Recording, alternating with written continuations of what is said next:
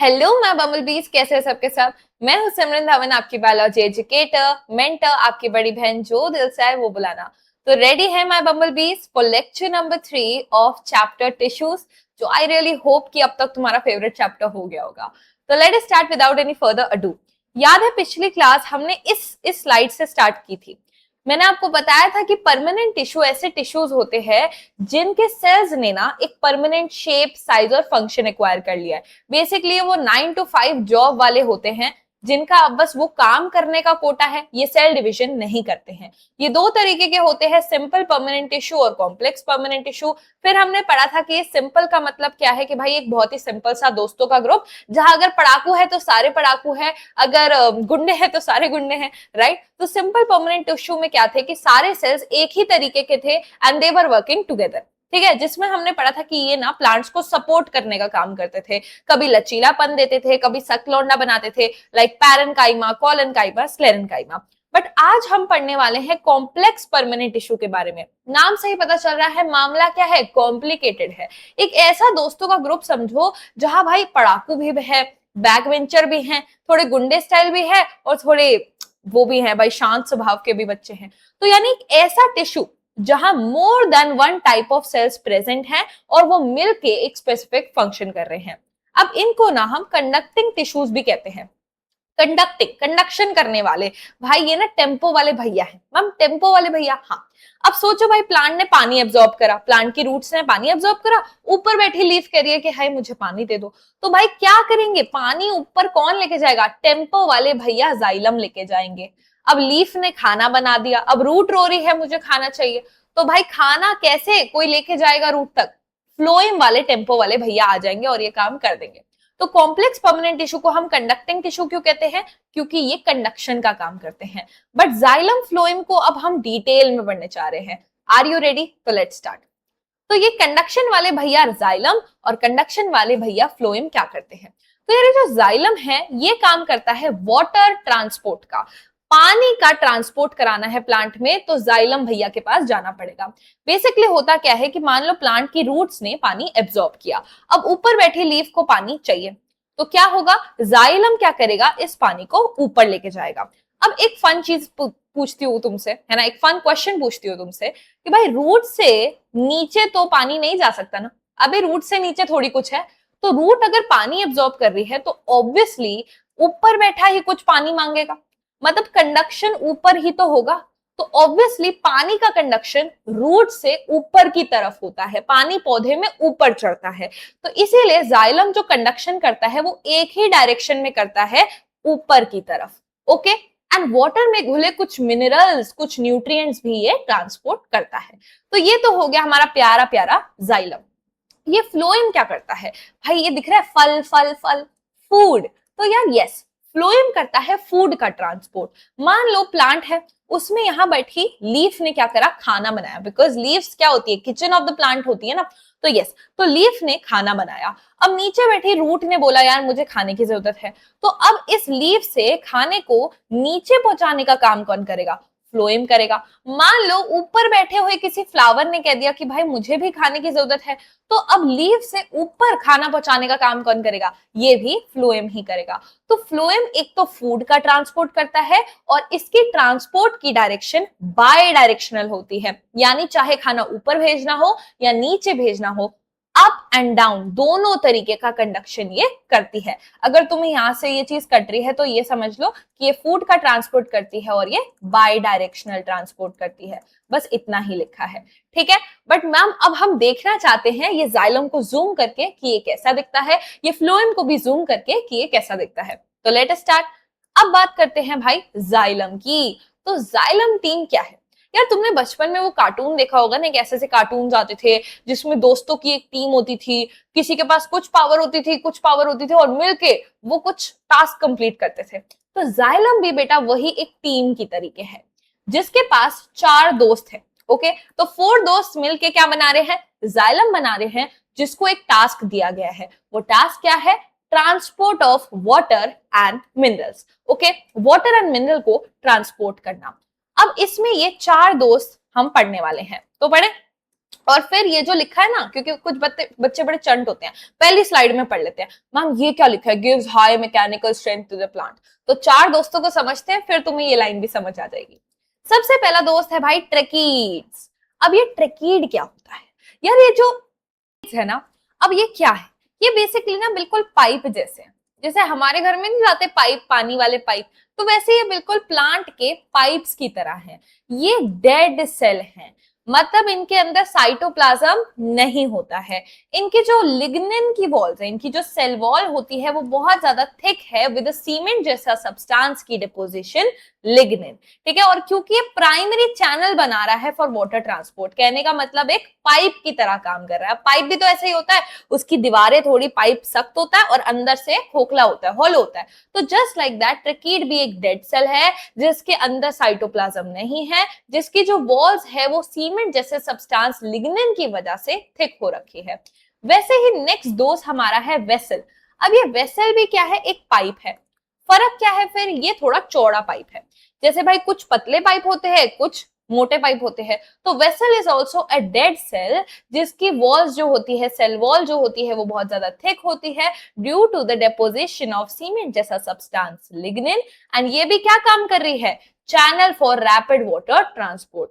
बस ट्रेकीड और वेसल के बीच में क्या डिफरेंस है कि ट्रेकीड पतला वाला पानी का पाइप है और वेसल मोटा वाला पानी का पाइप है। ये बात क्लियर है? ओके। थर्ड दोस्त कौन सा है, थर्ड दोस्त है जाइलम फाइबर्स। अब भाई जाइलम फाइबर ना बेसिकली तुम ऐसे समझ सकते हो, वो आयरन की रॉड्स है। जैसे तुम्हारा पाइप सिस्टम है घर पे, है ना, ड्रेनेज का सिस्टम जा रहा है, तुम्हें दिखता थोड़ी है, क्योंकि उसके आसपास भाई ईंटें होंगी, सीमेंट लगा रखा होगा ताकि वो पूरा सिस्टम सिक्योर रहे, उसका ढांचा बंधा हुआ रहे। तो वैसे ही बेटा जाइलम फाइबर का भी यही काम है। ये ऐसी रॉड्स जैसी है जो इस पूरे जाइलम के स्ट्रक्चर को बांध के रखेगी, सिक्योर करके रखेगी, सपोर्ट करके रखेगी। और ये सेल्स होते कैसे हैं, अगेन बेटा ये डेड सेल हैं जिनकी वॉल्स थिक है ड्यू टू लिग्निन की deposition and it provides rigid structural strength, पूरे स्ट्रक्चर को स्ट्रेंथ देता है। अब चौथे दोस्त बढ़ने से पहले मैं तुम्हें ये बताना चाहती हूँ कि यार इन तीनों दोस्तों के बारे में हमने क्या पढ़ा। पढ़ा कि भाई ये डेड सेल्स हैं, ये भी पढ़ा कि इनकी जो सेल वॉल है इसमें सीमेंट जैसा सब्सटेंस लिग्निन डिपॉजिटेड है, और ये भी कहीं ना कहीं पढ़ा कि भाई ये जो जाइलम फाइबर है ये तो सपोर्ट दे रहा है, शक्ति दे रहा है पूरे स्ट्रक्चर को। ये सारे सेल के तरीके तुम्हें कुछ याद नहीं आ रहे? हमने पिछली क्लास में एक टिश्यू पढ़ा था, स्क्लेरेनकाइमा टिश्यू। अब ये जो स्क्लेरेनकाइमा टिश्यू था भाई, इसके सेल्स भी तो कुछ ऐसे ही थे। क्या थे, डेड थे, उनमें लिग्निन की डिपोजिशन थी और उनका काम भी यही था कि पौधे को क्या देनी है, सख्त लौंडा बनाना है, शक्ति देनी है ना। तो बिल्कुल इसी तरह बेटा ट्रेकीड, वेसल और जाइलम फाइबर को भी हम स्क्लेरेनकाइमेटस सेल्स कहते हैं, क्योंकि ये स्क्लेरेनकाइमा की सेल्स की तरह ही होते हैं। और इसी वजह से क्योंकि जाइलम में तीन दोस्त ऐसे हैं जो डेड हैं और स्ट्रक्चरल सपोर्ट दे सकते हैं प्लांट को, तो ओवरऑल जाइलम पानी को कंडक्ट कराने के साथ साथ क्या काम करता है, वो प्लांट को मैकेनिकल स्ट्रेंथ भी देता है। समझे? ओके। अब मैम ये चौथा दोस्त के बारे में क्या है, द फोर्थ दोस्त we have is xylem parenchyma. अब जाइलम पैरेन्काइमा के थोड़ा यूनिक फीचर ये है कि ये लिविंग है। बाकी के तीन दोस्त डेड थे बट ये लिविंग सेल है। और क्योंकि याद करो पिछली क्लास में मैंने तो बताया था, जहां भी ये वर्ड आ जाए ना पैरेन्काइमा, ये पैरेन्काइमा का फेवरेट काम होता है चीजों को स्टोर करना, इसका काम है स्टोरेज करना। तो वैसे ही जाइलम पैरेन्काइमा में क्या काम होगा, पानी स्टोर करना। भाई पानी जा रहा है, लग रहा है एक्स्ट्रा वाटर है, तो पैरेन्काइमा उसे स्टोर करके रख लेगा। तो ये चार दोस्त काम कर रहे हैं। ट्रेकीड पाइप बना रहा है, वेसल थोड़ा और मोटा पाइप बना रहा है, जाइलम फाइबर जिसको जाइलम स्क्लेरेनकाइमा भी कहते हैं, ठीक है, इसको जाइलम स्क्लेरेनकाइमा भी कहते हैं। तो ये जाइलम स्क्लेरेनकाइमा या जाइलम फाइबर क्या कह रहा है, पूरे स्ट्रक्चर को सपोर्ट देके रख रहा है। और जाइलम पैरेन्काइमा जो स्टोरेज का काम कर रहा है, अगर एक्सेस वाटर है तो उसको स्टोर करके रख ले रहा है। ये चारों दोस्त मैम आपस में काम कैसे कर रहे हैं, तो भाई ये तुम्हारी एनसीईआरटी का डायग्राम समझाता है कि देखो यहाँ तुम्हारे पास क्या है, मोटा वाला पाइप वेसल दिखाई दे रहा है। कौन सा पाइप क्या है ये देखो, ये वाला पाइप, ये मोटा वाला पाइप को क्या बोलते हैं, वेसल बोलते हैं। ये पतले वाले पाइप को क्या बोला गया है, ट्रेकीड बोला गया है। बीच में क्या है भाई, ये देखो ये रॉड जैसा स्ट्रक्चर है ना, ये देखो यहां से ये रॉड जैसा स्ट्रक्चर जो है इधर इधर इधर इधर, ये क्या है, ये जाइलम फाइबर है जिसको जाइलम स्क्लेरेंकाइमा भी कहते हैं।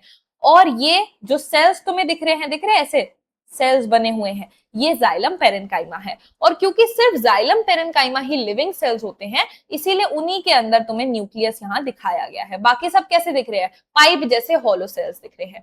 पर मैम एनसीईआरटी में इतना ऐसा डायग्राम दे रखा है, हम इसको बनाए कैसे, है ना। हमें अगर पेपर में बनाना हो इस प्यारे प्यारे डायग्राम को, तो बेटा तुम्हारे लिए ये डायग्राम है, तुम इसको बनाओ, ठीक है। ये जाइलम वेसल है, तो मोटे वाले पाइप को तुम कैसे बनाओगे, ऐसे ऐसे पाइप्स बना देना, ठीक है।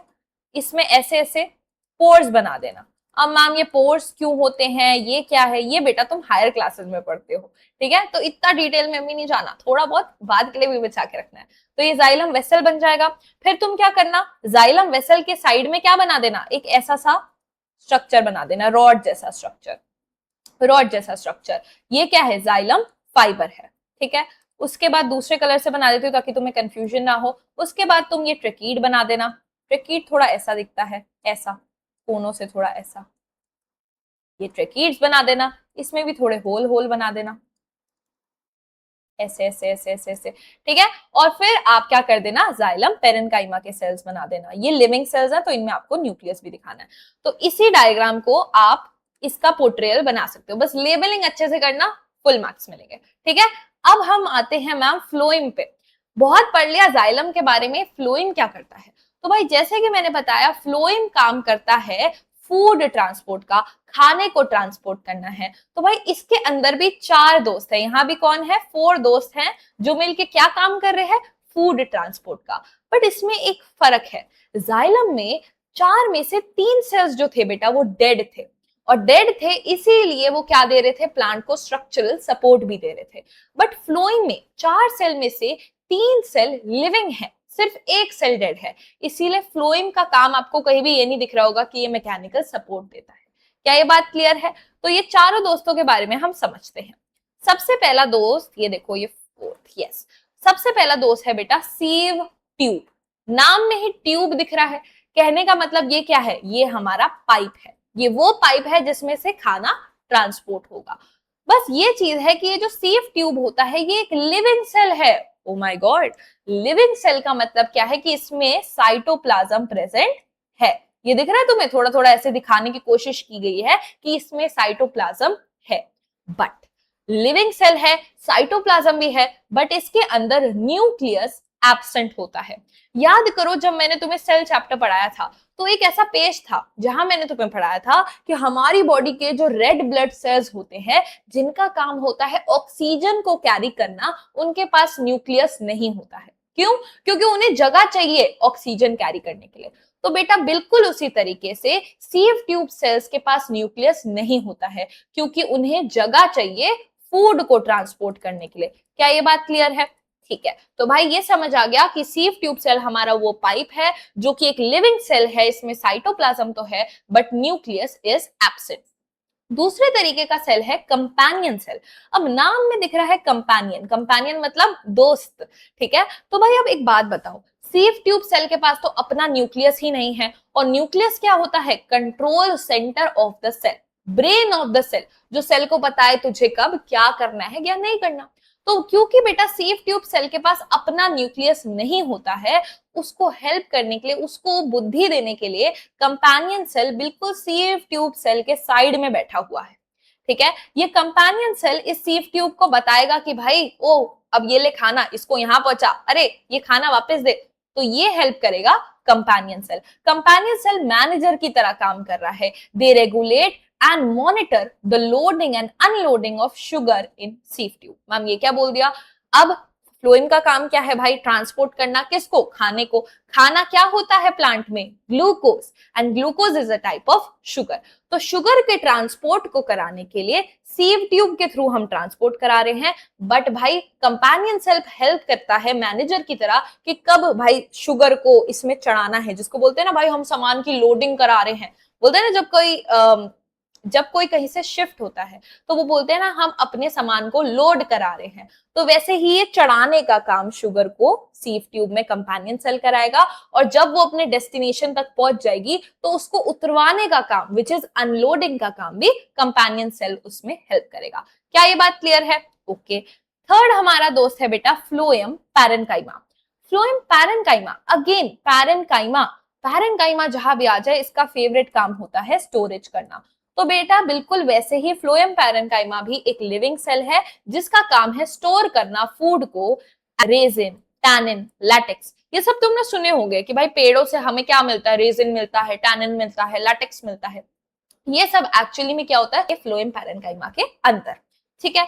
अब फोर्थ वाला पॉइंट, फोर्थ वाला दोस्त कौन है? Phloem fibres. यही हमने पढ़ा था ना जाइलम में भी, जाइलम फाइबर, तो वैसे यहां भी है बेटा फ्लोएम फाइबर जिसको फ्लोएम स्क्लेरेन्काइमा भी कहते हैं। यहां लिख देते हैं फ्लोएम स्क्लेरेन्काइमा। अब ये फ्लोएम स्क्लेरेन्काइमा या फिर फाइबर्स क्या करेंगे? सपोर्ट प्रोवाइड करेंगे, और जब शक्ति प्रोवाइड करनी है तो सेल कैसा होता है? डेड होता है। It provide structural strength to the tissue. अब मैम ये चारों कैसे साथ में अरेंज्ड हैं? तो बिल्कुल ये देखो, ये तुम्हारी एनसीईआरटी का डायग्राम है जो दिखा रहा है कि भाई ये देखो ये पाइप बना हुआ है, this is your sieve tube. अब सीव ट्यूब की ये जो ऊपर वाली वॉल और नीचे वाली वॉल होती है, क्योंकि एक सेल है, इसकी जो ऊपर वाली वॉल है और नीचे वाली वॉल है, इसमें क्या होते हैं? छेद होते हैं, पोर्स होते हैं, ऐसे ऐसे ऐसे। इसको बोलते हैं परफोरेटेड वॉल। परफोरेटेड का मतलब होता है छेददार वॉल। ठीक है, जो यहाँ दिखा रखा है ये सीव ट्यूब है, ये इसकी क्या है? सीव पोर है। पोर है। सीव का मतलब क्या होता है? छन्नी, और छन्नी में भी तो ऐसे बहुत सारे छेद होते हैं, तो इसीलिए ये सीव ट्यूब है और ये इसका सीव पोर है। क्लियर? अब इसी के बगल में कौन बैठा हुआ है? कंपेनियन सेल बैठा हुआ है। ये कंपेनियन सेल क्या करेगा? सीव ट्यूब को सपोर्ट करेगा, इसके मैनेजर की तरह काम करेगा। ओके, एंड यहाँ तुम्हें दिखा रखा है फ्लोएम पैरेन्काइमा वाले सेल्स जो क्या करेंगे? फूड को स्टोर करके रख लेंगे।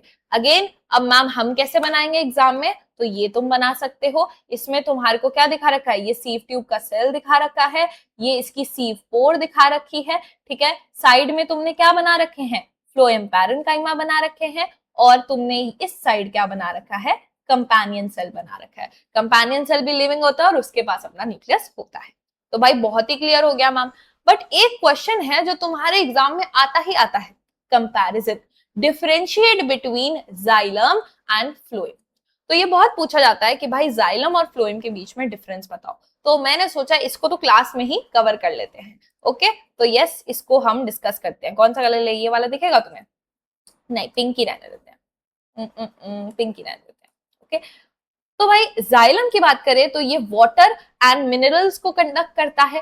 फ्लोएम की बात करें तो फल से याद रखती थी मैं तो कि भाई फल फल, तो yes phloem conducts organic solute and food. Okay, xylem जो है वो एक ही डायरेक्शन में कंडक्शन कर रहा है, क्योंकि मैंने बताया था कि पानी रूट से एब्जॉर्ब कर रही है, और रूट से नीचे तो कहां ही जाएगा पानी? ऑब्वियसली प्लांट में ऊपर ही चढ़ाना पड़ेगा, तो यूनिडायरेक्शनल ट्रांसपोर्ट। बट फूड की नीड जो है वो ऊपर से भी आ सकती है, नीचे भी आ सकती है, क्योंकि लीफ ने खाना बनाया, ऊपर वाले पार्ट को खाने की जरूरत है तो ऊपर ट्रांसपोर्ट होगा, रूट वाले पार्ट को जरूरत है तो नीचे ट्रांसपोर्ट होगा, इसलिए बाय डायरेक्शनल ट्रांसपोर्ट होता है। यहाँ जो हमारे पाइप हैं, राइट, जो हमारी पाइप हैं वो कौन कौन से हैं? ट्रेकीड एंड वेसल। ट्रेकीड पतला वाला पाइप, वेसल मोटा वाला पाइप। जबकि फ्लोएम में हमने सीव ट्यूब ही पढ़ा है कि एक पाइप है, ठीक है, जिसकी सपोर्ट करने के लिए कंपेनियन सेल बैठा है। जाइलम की बात करें तो ज्यादातर सेल जो है वो डेड थे। 4 में से जो 3 सेल थे वो डेड थे, ठीक है, एक्सेप्ट पैरेन्काइमा। जबकि फ्लोएम में 4 में से 3 तो लिविंग थे। ठीक है, मोस्टली यहाँ लिविंग सेल थे। डेड कौन था? Phloem fibre. ठीक है, अब लास्ट पॉइंट है, क्योंकि जाइलम में ज्यादातर डेड सेल है तो वो प्लांट को मैकेनिकल स्ट्रेंथ भी देता है, पर फ्लोएम में ऐसा नहीं है, ज्यादातर लिविंग सेल है, इसलिए does not provide much mechanical strength. क्या ये बात क्लियर है?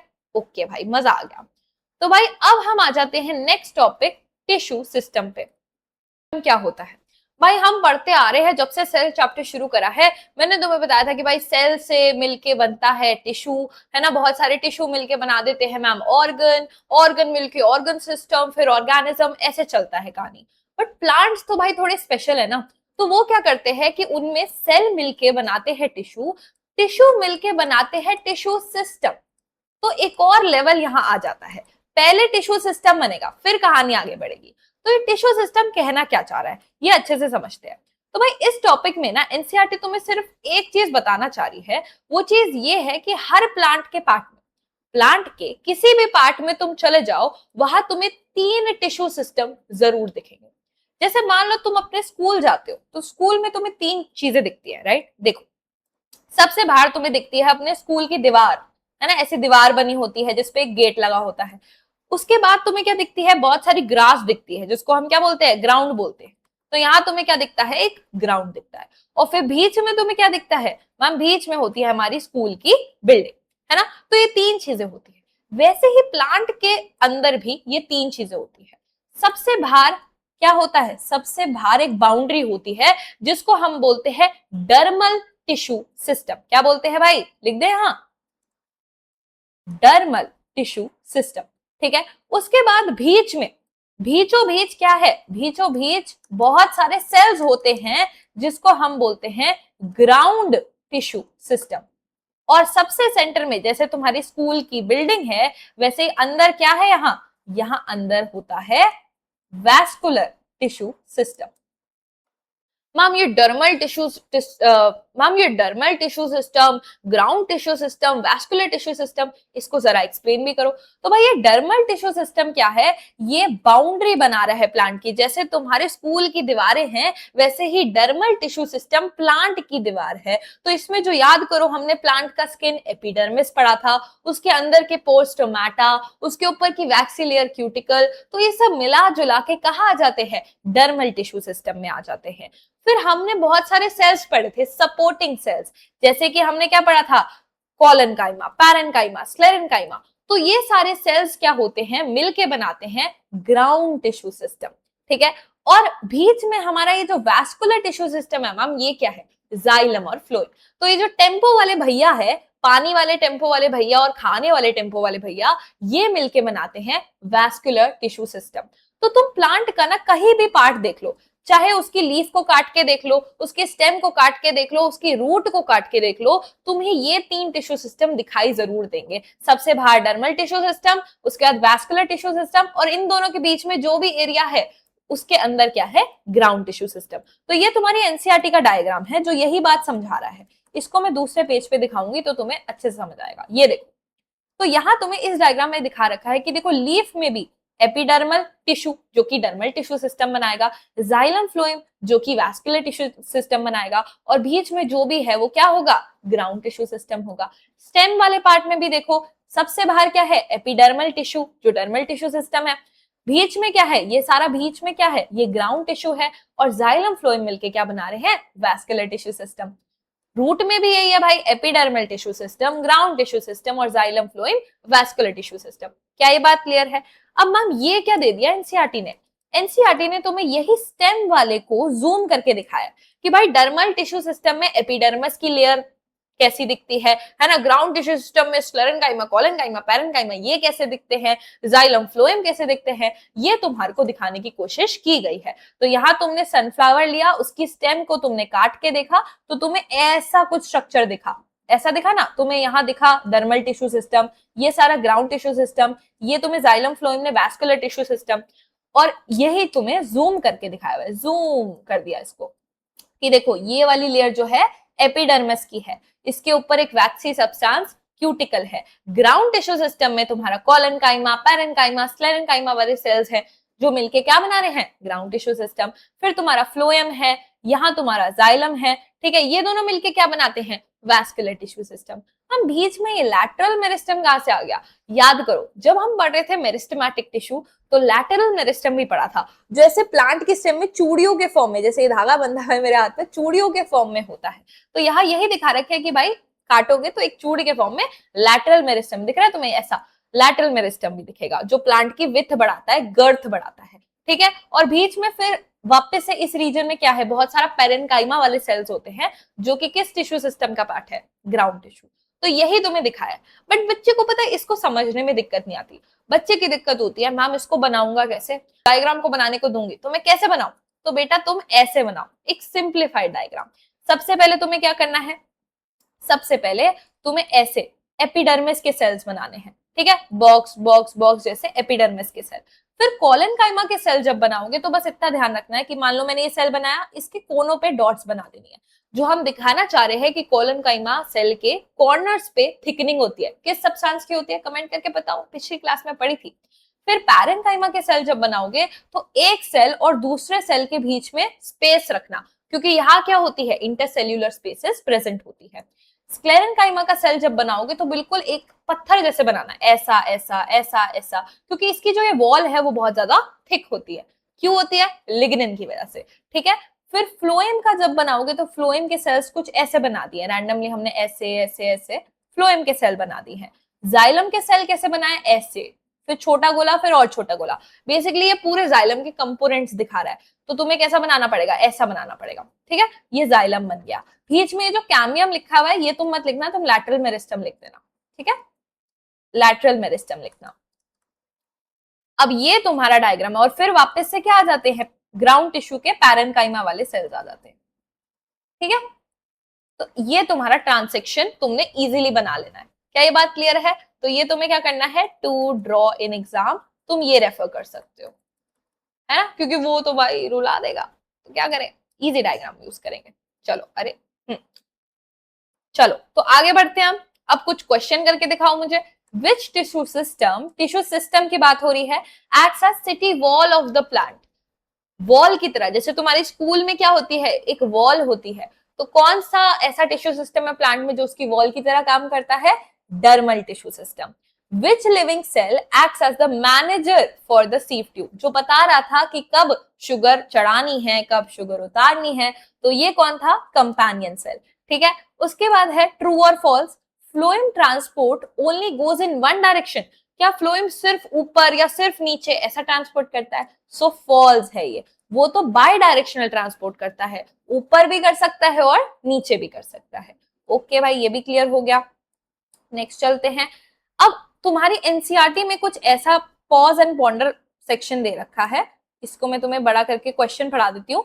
सबसे पहला क्वेश्चन है, why do you think that a thick cuticle on the outer wall of epidermis is advantageous for a plant living in desert but disadvantageous for a plant living underwater?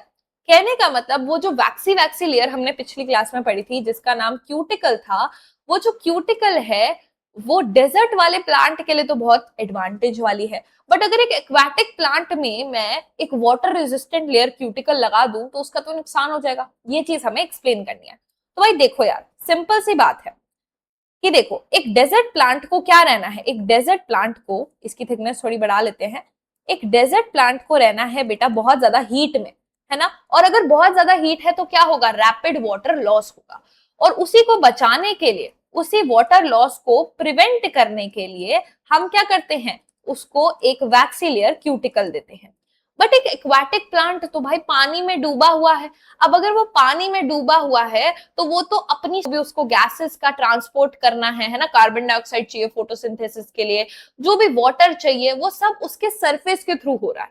सोचो मैं पानी में हूं और मेरे सरफेस के through, है ना, डिफ्यूजन और ऑस्मोसिस के थ्रू सब कुछ एक्सचेंज हो रहा है, तो उस सेंस में अगर मैं उसको क्यूटिकल दे दूंगी भाई, तो वो उसके थ्रू पानी कैसे आर पार होगा, राइट। तो इसीलिए एक्वाटिक प्लांट में बेटा क्यूटिकल लेयर नहीं होती है। इनफैक्ट एक फन फैक्ट बताओ, अगर ये पानी है, अगर ये पानी है, और वाह, ग्रीन कलर का पानी थोड़ी होता है, ब्लू कलर का पानी, अगर ये पानी है और उसके अंदर पूरी तरीके से प्लांट सबमर्ज है, डूबा हुआ है, तो ऐसे प्लांट में तो स्टोमेटा भी नहीं होता है, ये डायरेक्टली अपने सरफेस के थ्रू सिंपली डिफ्यूजन ऑस्मोसिस जैसे प्रोसेस से सब कुछ एक्सचेंज करता है, चाहे गैस हो, वाटर हो, मिनरल हो, ये सब। तो भाई उसको हम क्यूटिकल देके उसका गला नहीं घोट सकते हैं। क्या ये बात क्लियर है? ओके। क्वेश्चन नंबर 2 आपके एनसीईआरटी का, यहां से आप पढ़ लो। ये कह रहा है कि भाई जाइलम के जो सेल्स है, वही पानी वाले ट्रांसपोर्ट वाले भैया, उनके जो सेल्स है वो तो डेड होते हैं, ज्यादातर सेल्स डेड है, तो ये डेड सेल्स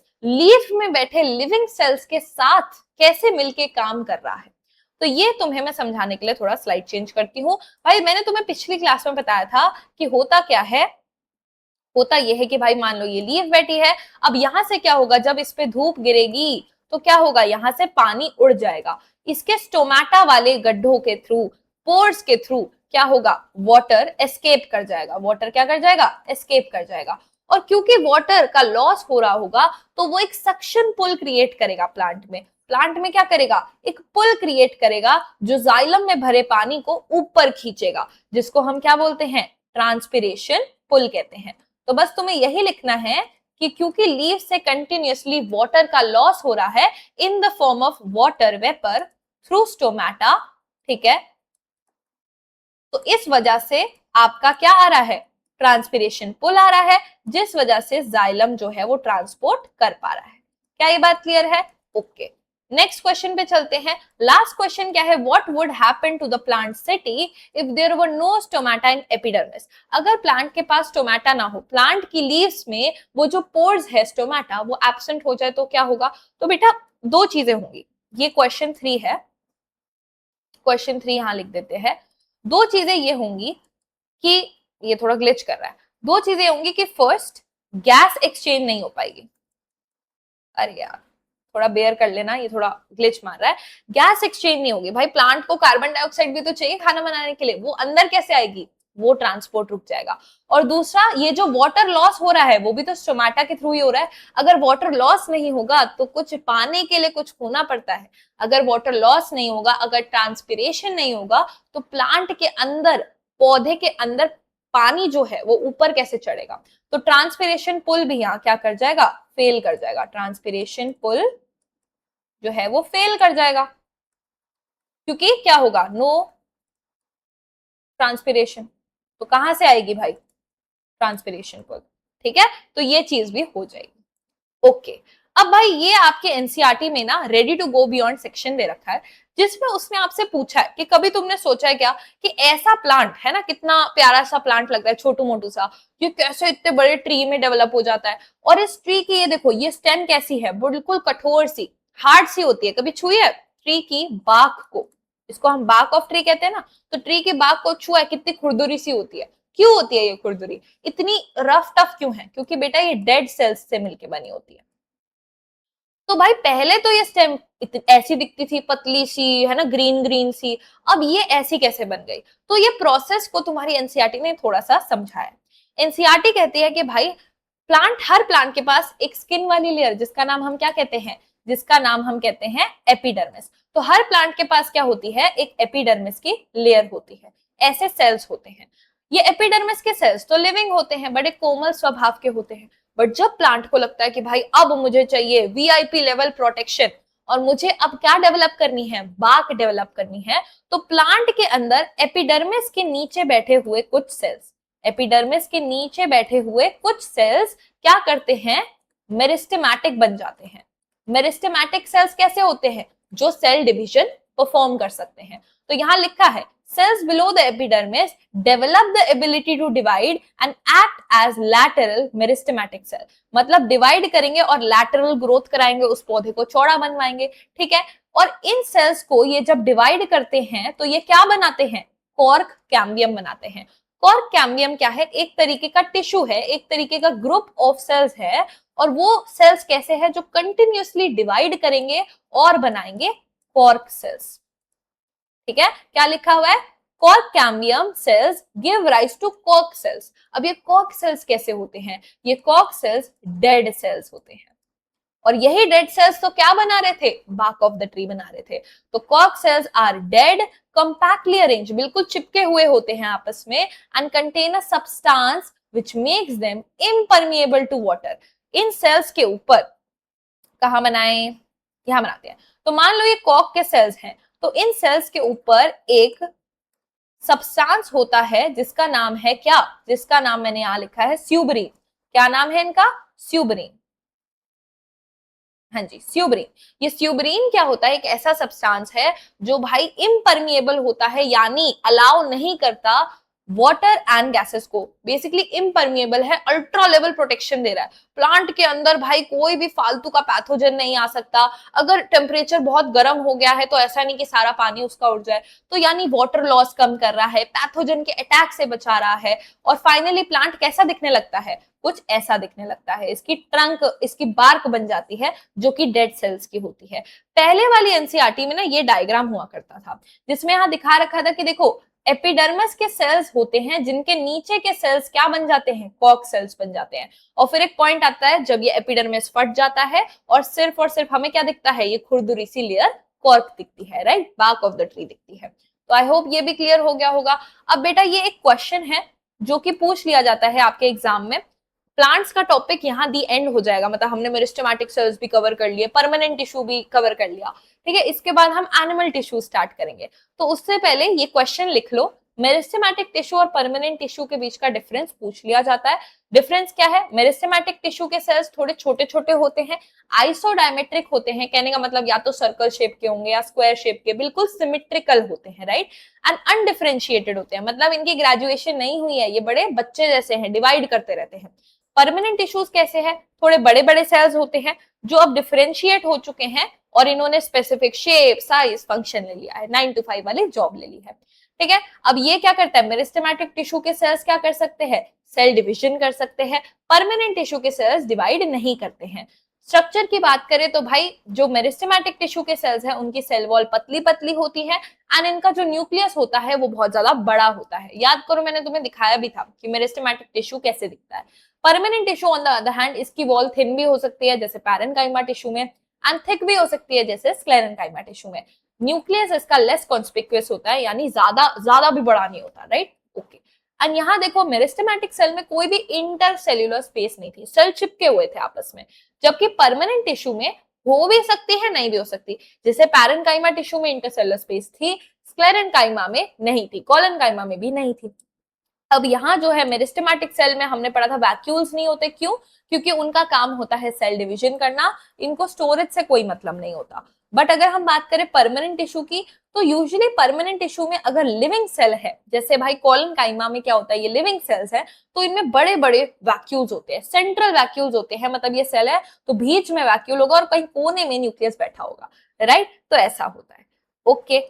अब भाई आज हमने क्या क्या पढ़ा, ये हमारी समरी रहेगी कि हमने पूरे इनफैक्ट पूरे प्लांट्स में हमने क्या पढ़ लिया, मेरिस्टेमेटिक टिश्यू पढ़ लिया कि भाई ऐसे टिश्यू जो कंटिन्यूअसली डिवाइड करेंगे और ग्रोथ कॉज करेंगे, पर होते ये बड़े चूजी थे, सिर्फ कुछ ही लोकेशंस पे प्रेजेंट होते थे। फिर हमने शुरू करा परमानेंट टिश्यू जिसमें हमने सिंपल परमानेंट और कॉम्प्लेक्स परमानेंट जाना। सिंपल परमानेंट में हमने पैरेन्काइमा जिसको स्टोरेज से बहुत प्यार था, कोलेनकाइमा जो लचीलापन देता था, और स्क्लेरेन्काइमा जो सख्त लौंडा बनाता था प्लांट को, ये पढ़ा।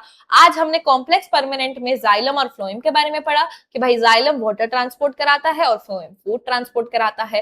फिर हमने क्या पढ़ा, टिश्यू सिस्टम के बारे में पढ़ा। जैसे तुम्हारे स्कूल में भाई स्कूल का बाउंड्री, उसका ग्राउंड और स्कूल की बिल्डिंग होती है, वैसे प्लांट में डर्मल टिश्यू सिस्टम होता है, बीच का ग्राउंड टिश्यू सिस्टम और वैस्कुलर टिश्यू सिस्टम भी होता है, ठीक है। तो यही सब आज हमने पढ़ा, फिर कुछ क्वेश्चंस करे एंड दैट इज इट। तो भाई अब तुम ये सारे क्वेश्चंस के बारे में सोचना और कीप बजिंग माय बम्बल बीज। बाय।